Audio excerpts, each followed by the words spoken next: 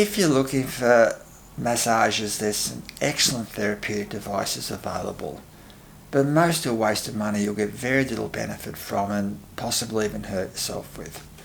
Now the problem is that most manufacturers are more interested in making gimmick riddled machines that look good on shop shelves than genuine therapeutic devices.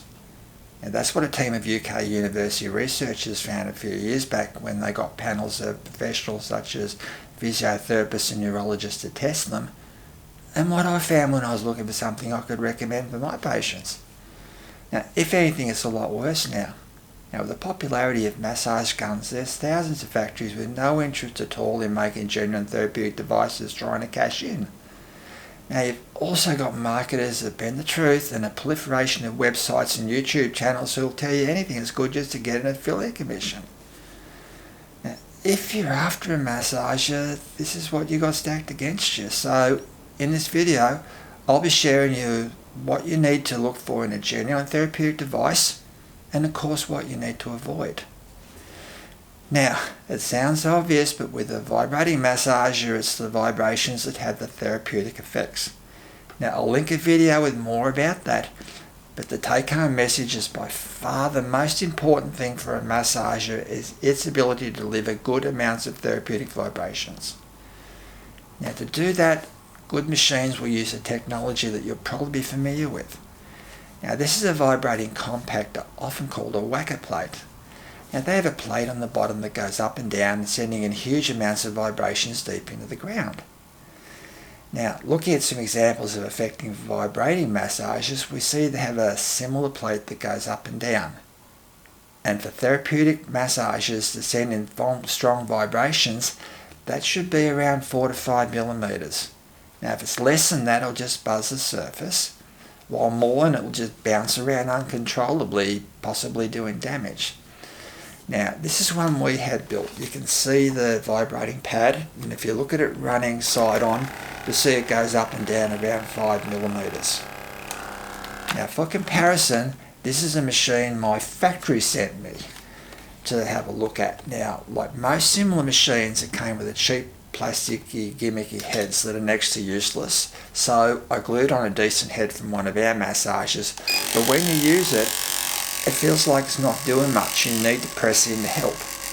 Now, that's because it's got a piddly motor and the head doesn't go up and down anywhere near the amount a proper therapeutic device does.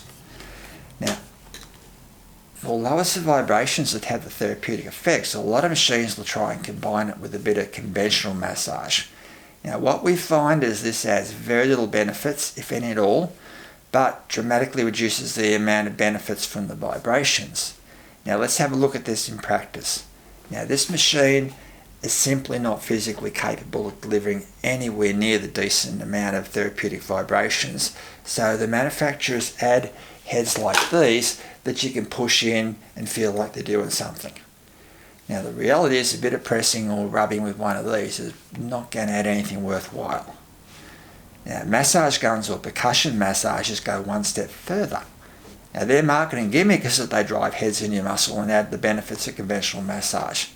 Now, the problem with this is that, to my knowledge, there is no scientific evidence that this does any good at all, while it dramatically lessens the real proven benefits of the vibrations and, of course, makes it more likely to do damage.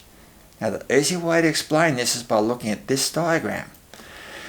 Now, the machine on the left is a vibration massager. As we've seen, it has a vibration pad designed to send in copious amounts of therapeutic vibrations. Now, the tool on the right is a T-bar, which massage therapists use to press into the muscles, usually painfully. Now, the massage gun in the middle is basically a T-bar with a jackhammer mechanism. Now, it's designed to drive the head in rather than deliver therapeutic vibrations. As you can probably see, they deliver far less therapeutic vibrations and are much more likely to hurt you. Now, it's a great marketing gimmick, but even the scientists and massage gun marketers get to do the clinical trials think it's a bad idea. Now, as this excerpt from their report shows, that when they're asked to do clinical trials, they fitted special damper heads. Now, damper heads stop the heads driving in, which is the very thing the marketers are saying is a good idea. Now, the scientists know that if they use a massage gun standard, they'll hurt people and get poor results. Now, of course, this gets buried in the fine print and you get told that it's massage guns giving the good results. Now, the other important thing that determines the therapeutic value is the frequency of the vibrations. Now, for the best therapeutic effects like relaxing muscles, increasing blood flow and speeding healing or recovery is about 30 to 60 hertz, with about 50 being ideal. Now, a lot of machines give their specs in per minute, so that's 2400 to 3600, with 3000 being ideal. Now, this is important because a lot of machines don't deliver this speed or maintain it under normal working loads. Now, even a Thumper Maxi, which is a very expensive machine marketed to professionals, will only deliver up to 35 hertz. Now, if you get a powerful massage gun, you run into a different problem. Now, a colleague told me that she bought a TheraGum, which drives its head in 16 millimeters. And driving something 16 millimeters into your muscles 50 times a second is a perfect way to end up black and blue with massive amounts of internal bleeding. Now, because of this, my colleague found she could only use a TheraGum on low speed, which I'm guessing would be about 10 to 15 hertz. Now, this is nowhere near the frequency you need to get the therapeutic benefits. And the ironic thing is you probably get more benefits from a piddly machine like this that you can safely run at 50 hertz than you would from a megabucks high-powered massage gun. And it'd be a lot safer too.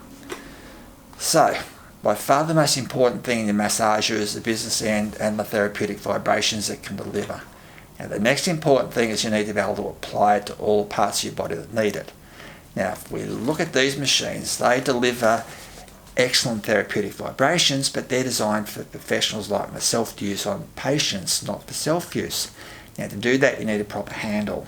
And probably the best example of an ergonomically designed handle for self-use is one of our general purpose massagers. Now, its length is about ideal, and if you look at it from the side, you'll see that it curves down a bit lower than the level of the head. Now, what that means is I can easily use it somewhere hard to get at, like the middle of my back.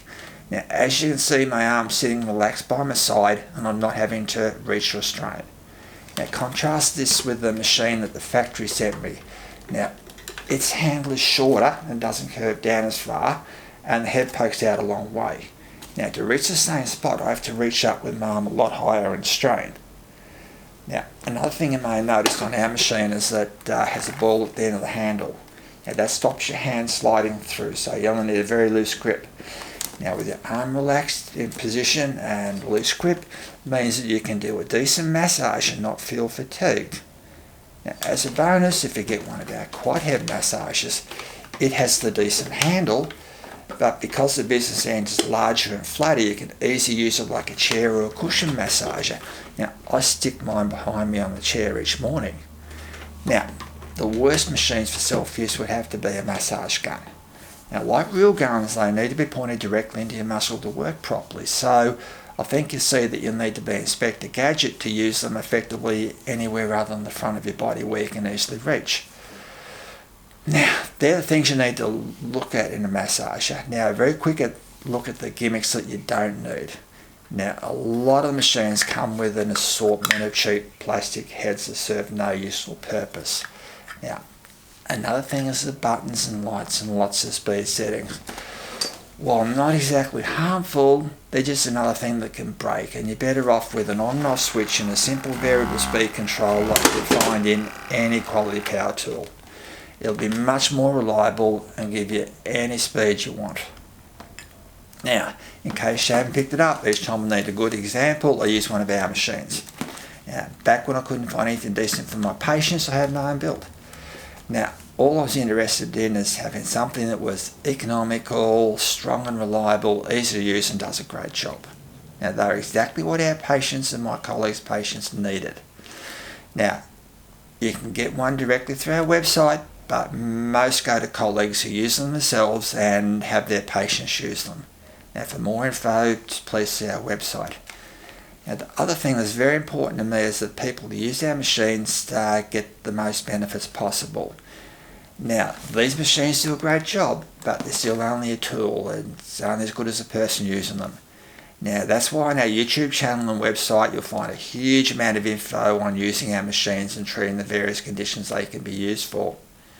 Now, I hope you found this to be very helpful. Now, if you have any questions or comments, please don't hesitate, and thanks very much for watching. It has been most appreciated.